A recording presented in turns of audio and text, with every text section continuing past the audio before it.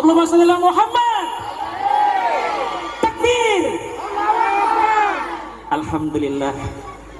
Sugeng rawuh Ki Haji Miftah Maulana Habibur Rahman Gus Miftah. Alhamdulillah hadirin yang kita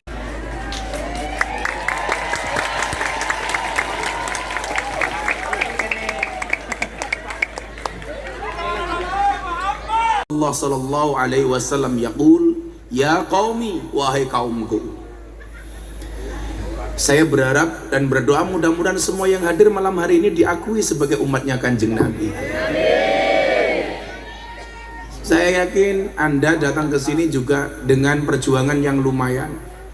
Ini kan pengajian paling nekat, tendanya cuman pas di atas panggung saya. Duduknya di atas aspal. Yang mungkin pulang pengajian bisa little body. Silite gatel kelebon wedi.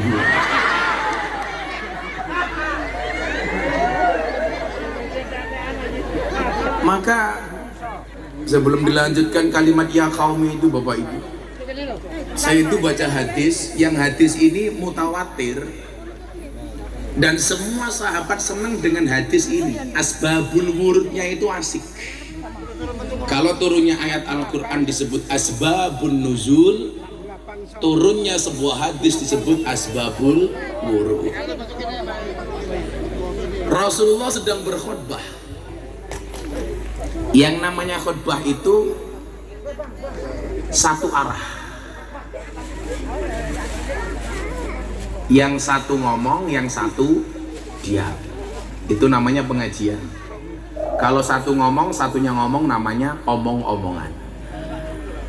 Nah kalau gini pengajian, sing sibuk main banser wae. Tetaplah terlihat sibuk walaupun tak berguna. Malah njaluk es teh bareng iki banser iki.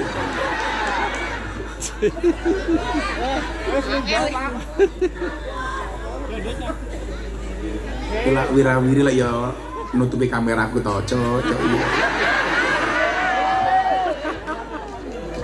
Terima kasih konco-konco banser. Nah, saat beliau berkhutbah, ini menarik yang pengen saya sampaikan. Beliau berbicara tentang hari kiamat, as-saah. Beliau khutbah tentang prahara kiamat, berbicara surga dan neraka. Ini kan tema yang sangat berat. Di saat beliau berkhutbah itu ada Arab Badui di depan Nabi, menyela khutbahnya Nabi. Jadi coba, sekali bernabi itu masih ada orang yang berani menyela khutbahnya. Makanya saya itu nggak tersinggung kalau saya ngaji kok ada orang ngomong, ya saya biarkan saja ya. Mong cangkeme Miftah wae. Ora apa-apa. Paling mulai cangkeme udunan. Apa yang beliau sela ketika Nabi khutbah tentang hari kiamat? Badui ini berteriak kepada Nabi, ya Rasulullah, wahai Nabi, mata sa'ah. Anda itu dari tadi kok berbicara kiamat. Lah kiamat itu datangnya kapan? Ini dengan beraninya si Badui mengatakan itu di hadapan Nabi. Nabi mendengar tapi tidak menjawab. Beliau melanjutkan khutbahnya. Di saat beliau khutbah, kembali dia teriak, ya Rasulullah, mata sa'ah. Nabi, dari tadi Anda berbicara kiamat. Kiamat itu datangnya kapan? Mau bilang toh. Nabi cuek, melanjutkan khutbahnya. Sampai ketiga kalinya Badui ini berteriak dengan agak keras, ya Rasulullah, mata sa'ah. Nabi, sampaikan kepada kami, dari tadi Anda berbicara kiamat, kapan kiamat itu datang? Akhirnya Nabi menghentikan khutbahnya. Kemudian beliau menjawab pertanyaan orang Badui ini.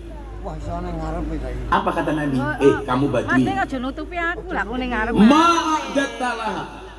Kamu bertanya kiamat datang. Pertanyaan saya, kata Nabi, apa persiapanmu untuk menghadapi hari kiamat? Ganti ditakoni kali Kanjeng Nabi. Orang dari lingkungan. Apa jawaban Badui ini Bapak Ibu? Fawallah, demi Allah, ma'adatu laha kabiro sholatin wala sodakotin. Demi Allah, persiapan saya menghadapi kiamat, saya tidak punya sholat yang banyak, apalagi kelasnya sholatnya orang bintaran, mat kolam cing, komat teko salam pelencing. Komat mangkat, rampung sholat tangannya diangkat, dungane singkat. Ya Allah, kau tahu yang kumam. Walau sodakotin, sodakoh kami juga pas-pasan Nabi. Buktinya apa?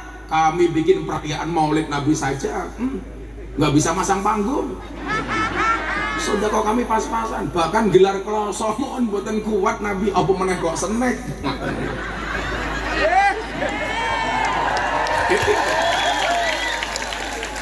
Jangan kon-kon senek ke jamaah Nabi. Kiai ini mawon sangune murah tinyang Nabi. Men murah carane gampang Nabi, ngapa ngutus Pak Kemi Nabi.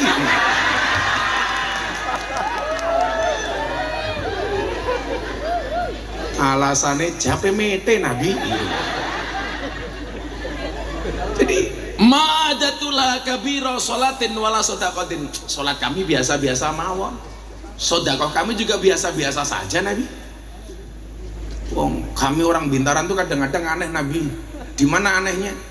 Kalau berangkat ke kebun binatang Gembira Luko, delok munyo sangune 1.000. Pengajian delok kiai ono kotak infak nyemplungi 1.000. Delok kiai sangune 1.000, delok munyo sangune 1.000.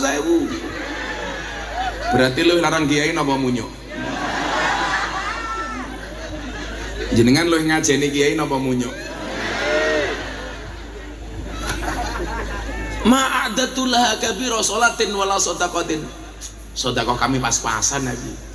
Tetapi yang menarik adalah ini kabar gembira bagi kita yang sebenarnya bukan orang soleh tapi cinta sama orang soleh. Sebenarnya kita itu nggak baik tapi senang sama orang lain.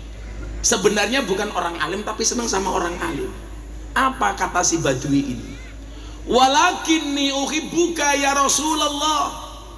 Saya sadar Nabi, sholat kami sedikit, sedekah kami sedikit, Quran kami sedikit, tahajud kami sedikit, tetapi kami sangat mencintaimu wahai Nabi. Nabi langsung menjawab dengan satu sabdanya, yang sabda ini membuat semua sahabat tepuk tangan karena ini hadis yang paling menyenangkan. Begitu Badui ini mengatakan walakinni uhibbuka ya Rasulullah, amal kami memang sedikit wahai Nabi, tetapi kami semua mencintai Anda wahai Nabi. Kemudian Nabi menjawab, almar'u ma'aman ahabba, seseorang itu besok di surga bersama orang-orang yang dicintainya. Jadi kalau malam hari ini Anda hadir karena cinta dengan Nabi, wallah besok di surga bareng Kanjeng Nabi. Coba ini hadis, begitu Nabi mengatakan seseorang itu besok di surga bersama orang yang dicintainya, baru kali itu semua sahabat yang hadir tepuk tangan. Kenapa? Saking senengnya dengan hadis itu. Masya Allah. Belum ada Pak cerita Nabi punya hadis kok kemudian sahabat tepuk tangan tuh nggak ada. Baru itu. Dan ternyata wong bintaran juga tell me gitu. Sahabat we tepuk tangan awakmu domblong gitu. Apalagi sing jilbabe kuning ijo, ijo telek apa deh. Bagaimana kemudian Nabi itu mendesain bahwa orang ngaji itu harus senang. Makanya ngaji itu zaman Nabi ada dua, ada yang namanya halakoh, ada yang namanya jawiyah. Kalau pengajian umum seperti ini namanya halakoh. Kalau di sudut-sudut masjid diskusi kecil itu namanya jawiyah. Jadi kalau Bapak Ibu ke Madinah, ke Makkah, di Nabawi atau Haram, itu biasanya ada pengajian di sudut-sudut, itu namanya jawiyah. Bagi yang belum pernah berangkat ke Makkah, ke Madinah, saya doakan mudah-mudahan segera dipanggil oleh Allah.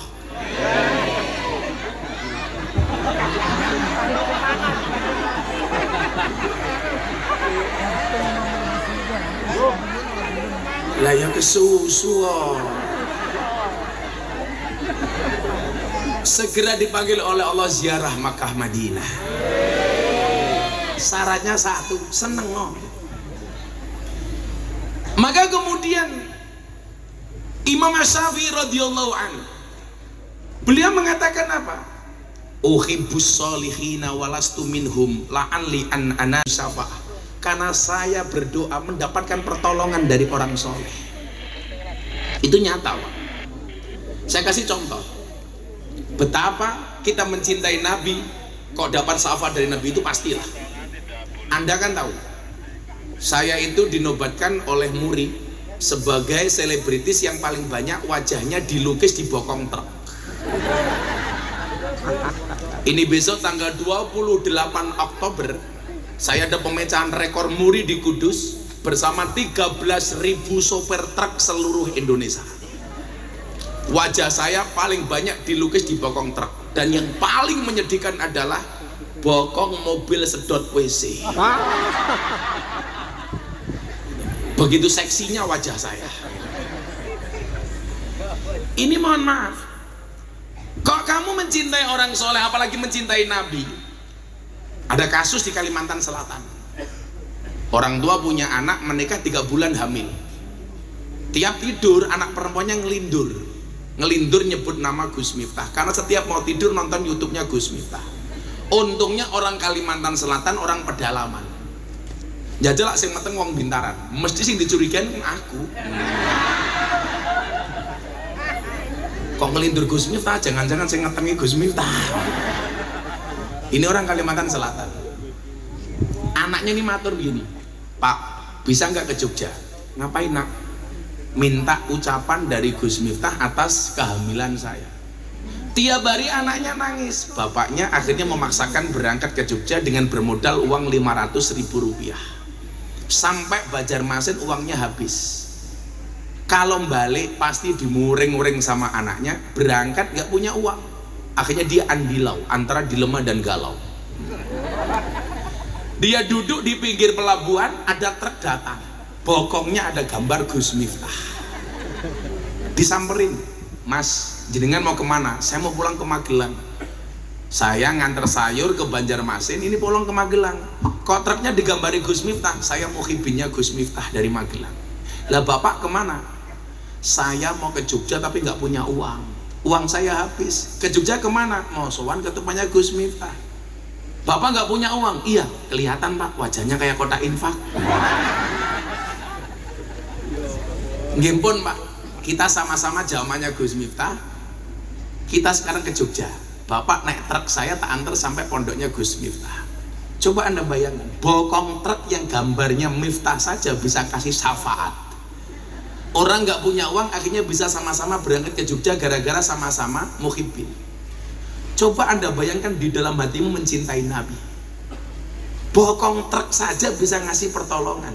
Apalagi kalau hati kita ada Nabi di dalamnya. Muskil kalau Nabi gak nolong kita. Jadi kalau hari ini Anda merasa susah, mungkin cintamu sama Nabi itu masih kurang. Coba ibu-ibu saya tanya, Bu, kalau Anda disuruh milih, siapa yang lebih kamu cintai, nabimu apa suamimu? Loh, sing jawab dua-duanya lah goblok kayak gitu. Lah bojomu ki sopo? Kalau kamu jawab dua-duanya berarti seolah-olah kamu mengatakan suamimu tuh selevel dengan Nabi. Kalau saya ditanya sama istri saya, Beb,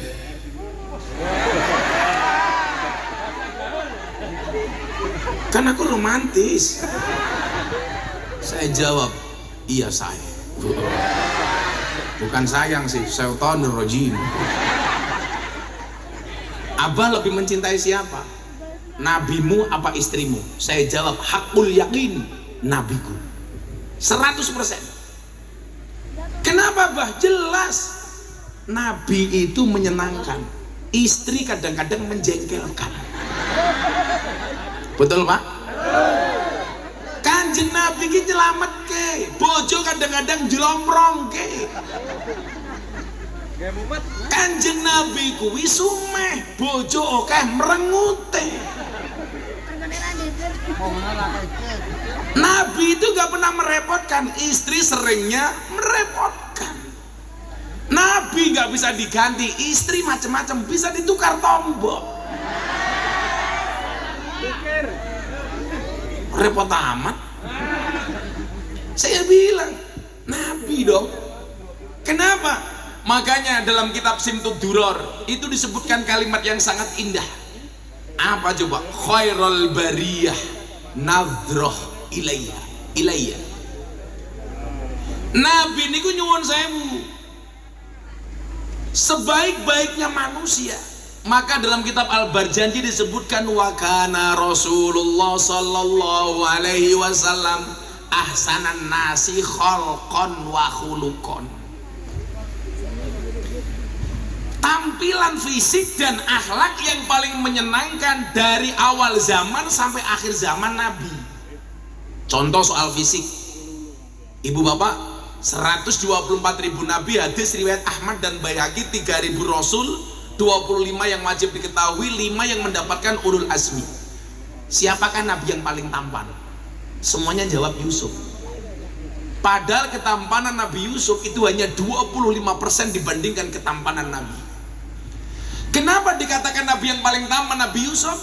Karena ketampanan Nabi Yusuf bisa digambarkan, ketampanan Nabi Muhammad tidak bisa digambarkan.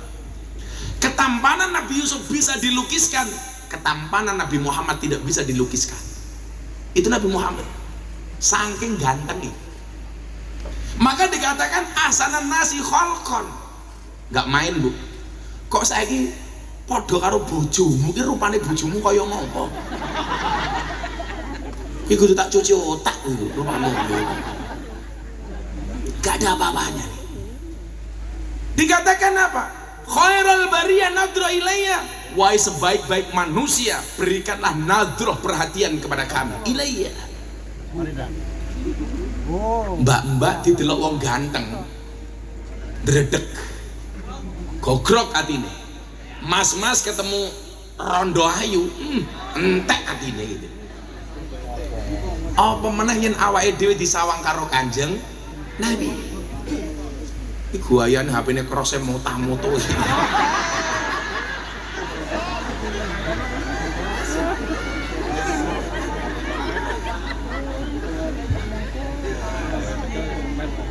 Pede banget. Maka kemudian apa Bapak Ibu rahimakumullah? Ini baru dari segi tampilan fisik sudah gak bisa digambarkan. Apalagi kalau ngomong tampilan kegagahan Kanjeng Nabi, kita tuh malu. Nabi itu usia 50 tahun berlomba dengan juara gulat Jazirah Arab masih menang. Karena fisiknya sempurna, dadanya bidang, perutnya rata. Sama dengan bapak-bapak ini, perutnya rata-rata lemak. Iya, kayak banser. Banser kudu seterak kowe. Masa kalah gagah karo kiai ini. Wong lanang iki penting aja gede-gede. Survei membuktikan pelatih gajah di Gembira Loka itu nggak pernah lihat kapan gajah itu bercinta. Kenapa? Karena gajah malu, badannya besar, burungnya kecil. Itu gajah. Nah, ternyata nggak jauh beda dengan manusia. Wong lanang iki lak wetenge gede, biasanya manuke cilik.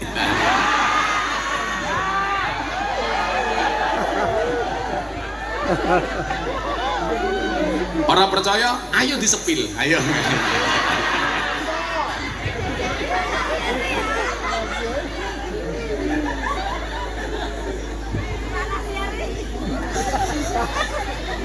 Sallu ala Nabi Muhammad.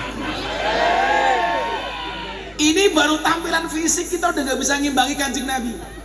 Nah, belum lagi kemudian soal khulukon, akhlaknya. Sudah pak, gak ada apa-apanya. Makanya saya seneng Bintaran, kita berada di dekat gereja. Ini bagi Nabi keren. Dan ajaran toleransi Nabi itu nyata. Ketika Nabi mengatakan janganlah seorang anak menghina bapaknya sendiri, Para sahabat bertanya, Nabi, emangnya ada seorang anak menghina bapaknya sendiri? Ada. Siapa itu? Seorang anak yang menghina bapaknya orang lain, anak orang lain berpotensi menghina bapaknya sendiri, bapaknya. Kalau kamu pengen Islam tidak dihina gampang, jangan menghina agamanya orang lain. Kalau kamu menghina Tuhan orang lain akan menghina Tuhan kita. Kalau kamu menghina agamanya orang lain akan menghina agamamu. Tinggal di Kalasan, 60% tetangga saya Katolik. Selatan rumah saya rumahnya orang Katolik, utara rumah saya kuburan. Dan seumur hidup saya tidak pernah bertengkar dengan tetangga utara saya.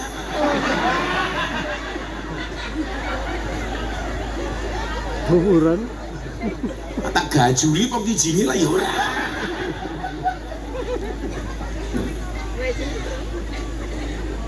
Nah, PR-nya kemudian adalah Maulid itu kembali disampaikan bukan hanya sekedar menceritakan, tapi mencontoh. Tugasnya dai itu bukan untuk dicontoh, tapi ngajak umat untuk mencontoh Kanjeng Nabi. Maten lho, Anda nggak bisa nyontoh saya, dan memang tidak harus dicontoh. Kue nyontoh aku yang mumet, aku belusukan yang sarkem, kue melu. Lah bapak-bapak Bintaran kok melu aku yang sarkem. Yo gelem mlebu ra gelem mulih.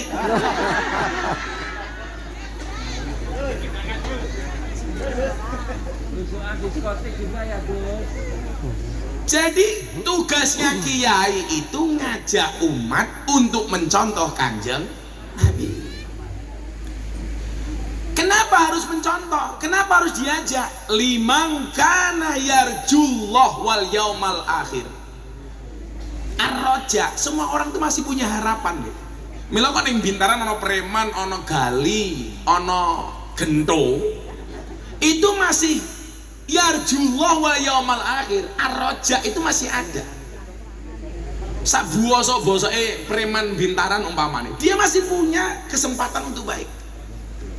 Maka nyuwun sewu, dulu orang yang pengen membunuh Nabi, justru hari ini jasadnya terbujur di sampingnya makamnya Nabi. Umar bin Khattab. Biyen pengen mateni Kanjeng Nabi, sekarang Allah muliakan makamnya berada di sampingnya Kanjeng Nabi. Makanya kenapa kita tidak bisa menghakimi seseorang ini dulu Pak. Kejamnya kita kan satu lah kali wong elek nih. Selalu saja menjadi hakim dan jaksa bagi kesalahan orang lain, tetapi menjadi pengacara bagi kesalahan diri sendiri. Kalau ada orang lain salah kita hakimi, kita tuntut. Kalau kita salah membela diri. Apa meneh wong wedok. Wong wedok ini penyakitnya siji.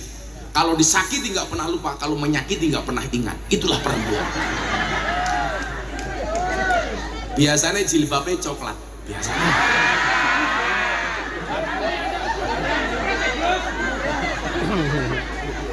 Yang jilbabnya hitam insya Allah luweh parah.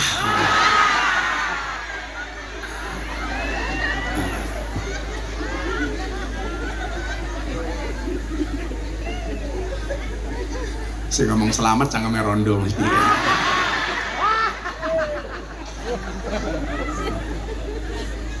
Lah Maulid Nabi itu kemudian kalau ditanya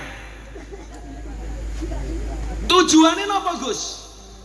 Kan nggak? Kalau soal salah takon hadis, wis rasa takon hadis lah. Bagi saya al-ikhtifal lil maulidis syarif la yahtaju ila hadisin sahih bal yahtaju ila qalbin sholih. Memperingati hari lahirnya Nabi itu tidak membutuhkan hadis yang sahih, tapi membutuhkan hati yang soleh. Sederhananya ngeten Pak. Orang yang mempertanyakan kenapa Maulid diperingati itu sama hanya dia bertanya kenapa Nabi kok lahir. Hati-hati. Anda tahu kenapa bayi dalam kandungan itu disebut janin? Janin atau jan itu artinya gelap. Teknologi USG itu hanya bisa memprediksi bocah ini normal apa ora, titit apa tutut. Itu USG. Titit, tutut apa totot. Kenapa dia dikatakan janin? Karena gelap. Yang dimaksud gelap apanya Pak Bu? Masa depannya. Ini besok gedene dari polisi, tentara, apa kiai, nggak ada yang tahu, Pak. Nggak bisa diprediksi. Kayak umpamanya Pak Sriyanto, iki mbiyen lah pas ning jero kandungan, apakah besok ada dadi dan ramil apa dancuk jaran, nggak akan bisa dilihat. Maka namanya janin, karena gelap, nggak bisa diprediksi. Oh iki dari polisi apa dari banser, nggak bisa dilihat. Jan itu artinya petang. Sekarang begini, Anda punya anak lahir, orang tua begitu bangga, ada tasmiyah, ada akikoh, belah ke wedus. Padahal masa depan anak ini apakah jadi polisi atau jadi penghuni wirogunan, nggak ada yang tahu. Tapi orang tua bangga, anakku lahir, seneng ya Allah gitu.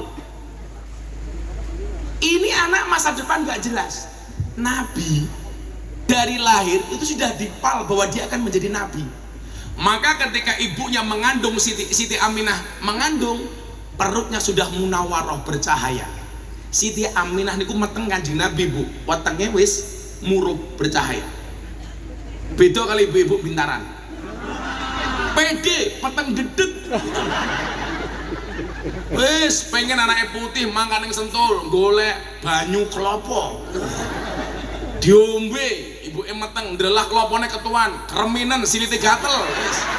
Ikhtiar anaknya putih.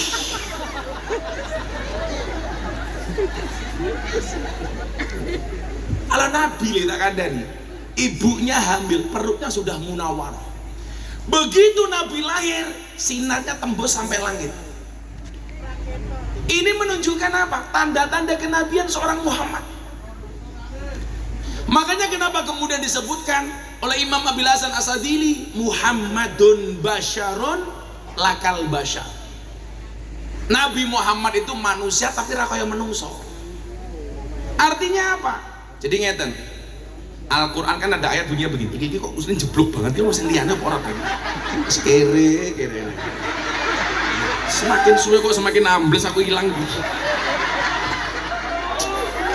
Bintaran.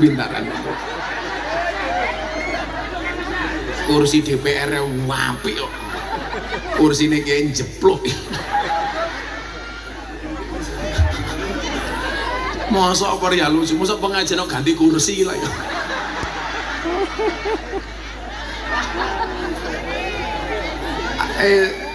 Supirku asistenku di jikono bantal kuning mobil kan. Semakin suwe kok semakin jeblok. Lah suwe-suwe ngene iki kan. Pahit.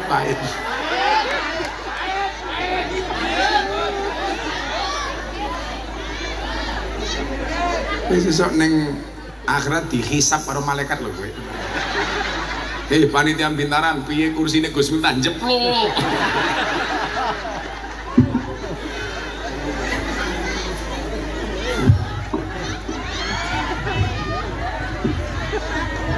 Nah, kursi ra jelas apa meneh amplop.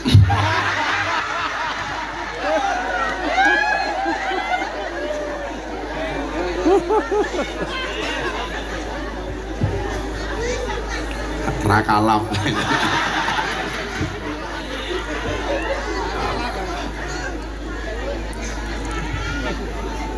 Nah, saniki luwih ketok Bu nggih. Mau ya salah panitia kok. Jangan. Al-Quran mengatakan begini. Lah kita sering salah tafsir tentang begini.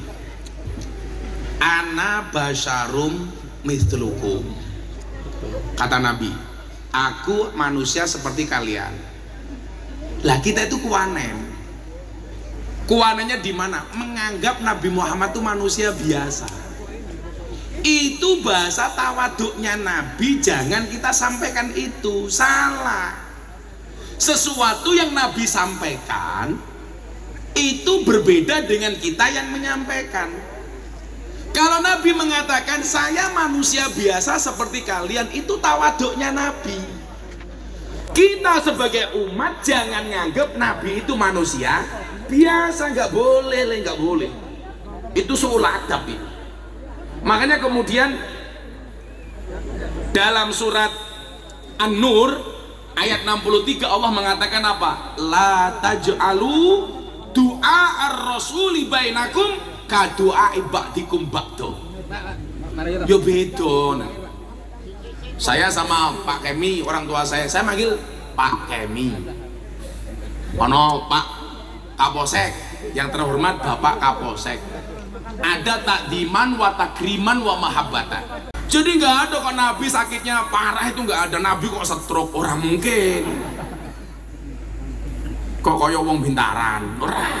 Dikabarkan dalam sebuah hadis Nabi Muhammad mengalami stroke ringan, orang mungkin. Orang mungkin. Anda tahu stroke itu penyakit apa, Bu? Stroke itu penyakit yang diakibatkan gara-gara adanya ketidakseimbangan antara stroke gaji dan stroke belanja.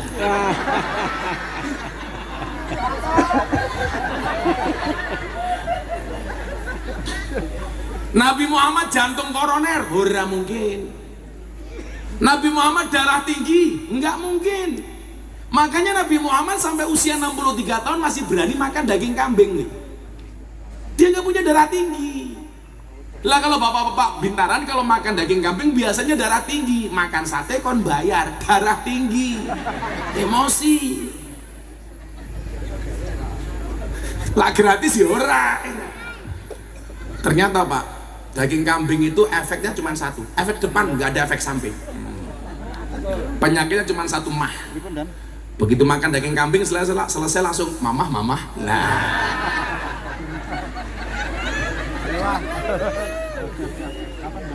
Saya itu punya guru di Pekalongan, Maulana Al Habib Lutfi bin Yahya Pekalongan, usianya 76 tahun, makan daging kambing itu biasa. Oh. Iya. Biasa lawan. Karena tahu resepnya. Nabi Muhammad sehat karena polanya diatur. Sisi kemanusiaan Nabi itu sengaja ditonjolkan supaya apa? Kemuliaan Nabi itu bukan karena mukjizatnya yang hebat, tetapi akhlaknya yang kuat. Yang ditonjolkan sisi akhlak, bukan mukjizat. Maka kalau kemudian dibandingkan dengan nabi-nabi sebelumnya yang tadi saya sampaikan, wa kullan naqussu alaika, Nabi itu juga membaca sejarah-sejarah Nabi sebelumnya. Pak dan Ramil, Pak Kapolsek, orang itu kan kelihatannya di Indonesia itu, mohon maaf, begitu gampang melabeli orang dengan sebutan wali. Umpamane melaku sak nggon-nggon dianggap wali, Joko Kendil, Bono konangan ngojek, goblok ini.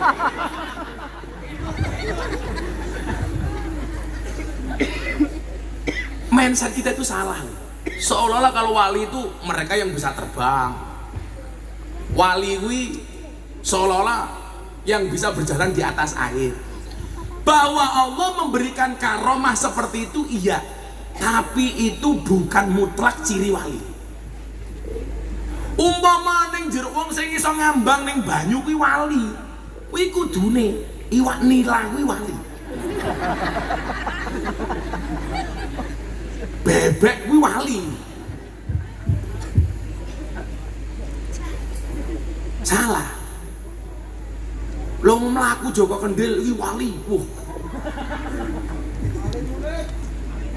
Lak waline Gusti Allah niku ciri-cirine la khaufun alaihim walahum yazanun. Orang dirasa wedi, orang dirasa susah. Lah awakmu kon bayar SPP susah kok. Wali berarti wali murid.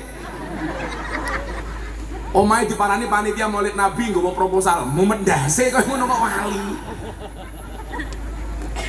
Padahal ki nyuwun sewu nggih, sesuk meneh tak kandhani supaya wong bintaran nak gawe acara iki tambah semangat. Ibune Mas Kiai Subatan niku ngendikan ngeten, kalau ada Maulid Nabi dilaksanakan, gawean sing istimewa. Soalnya apa? Memperingati menungso paling apik sepanjang sejarah. Dadi lak iso ki dienek-enek. Makanya ukuran kebaikan muslim itu kan kadang-kadang sederhana, Pak. Contoh dari masalah makanan. Wong Jawa ki nyuwun sewu. Makanan itu masalah sepele. Tapi jangan sampai kita disepelekan gara-gara makanan. Lah, maka kemudian kita wong kota ini tak kandani. Kita harus banyak belajar kearifan lokal dari orang-orang desa. Jujur-jujuran mawon, Pak. Lak gawe acara. Senajan wong kutha ki ketok luwih sugih tinimbang wong desa. Tapi lak gawe acara luwih kajen wong desa tinimbang wong kutha. Bukannya Anda nggak punya uang, tapi mentalnya ini mental kere. Eman-eman ini luwih gede. Langsung ketua panitia ini, oh perasaan gue ra enak. Di sisi itu kita perlu belajar. Saya tuh pernah menghadiri acara Maulid Nabi ning desa, Pak. Wis kender meneh. Ketoke wonge kere-kere ra duwe apa-apa. Tapi begitu mengatakan ini Maulid Nabi, duwene pitik yo dibeleh. Macam-macam. Sementara kita itu terlalu banyak hitungan. Yang seharusnya ketika ada Maulid Nabi aku iso nyumbang apa, malah ketika ngaji takon kira-kira aku entuk suguhan apa. Yo ora salahe panitia ning mergo goblokmu. Ojo takon aku entuk apa, kudune aku takon aku iso nyumbang apa. Kapose karo Dan Ramil yo rasa melu guyu kowe yo ora urunan padha kok. Kok melu guyu.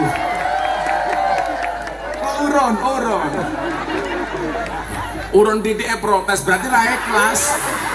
Urun kok.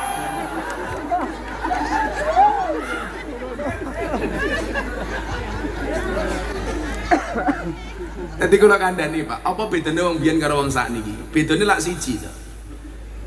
Wong biyen kuwi duwe istilah pepatah, mangan ramangan sing penting sekarang dibalik, kumpul ra kumpul sing penting mangan. Ini berarti ada budaya yang berubah. Kalau orang dulu mengatakan mangan ramangan sing penting kumpul, itu lebih mengutamakan kumpulnya dibandingkan makannya. Kalau orang sekarang kumpul nggak kumpul sing penting mangan, berarti lebih penting mangannya tinimbang kumpul. Makanya kekerabatannya beda. Kalau orang dulu itu lebih mengutamakan kekerabatan, wong sakniki lebih mengutamakan badokan. Makanya bedanya di mana? Kalau orang dulu itu banyak sakit karena kurang makan, kalau orang sekarang banyak sakit karena kebanyakan makan. Ngono kuwi lak sing analisa orang kiai ganteng ora iso ngono. Tapi yang balik ning Bintaran, murah dinyang.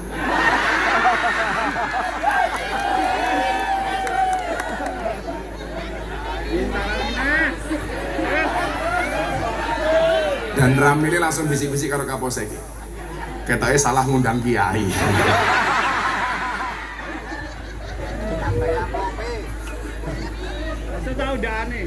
Sallu ala Nabi Muhammad. Nah, balik teman Nabi nih wong. Insyaallah mlebu surga nih. Cangkeme.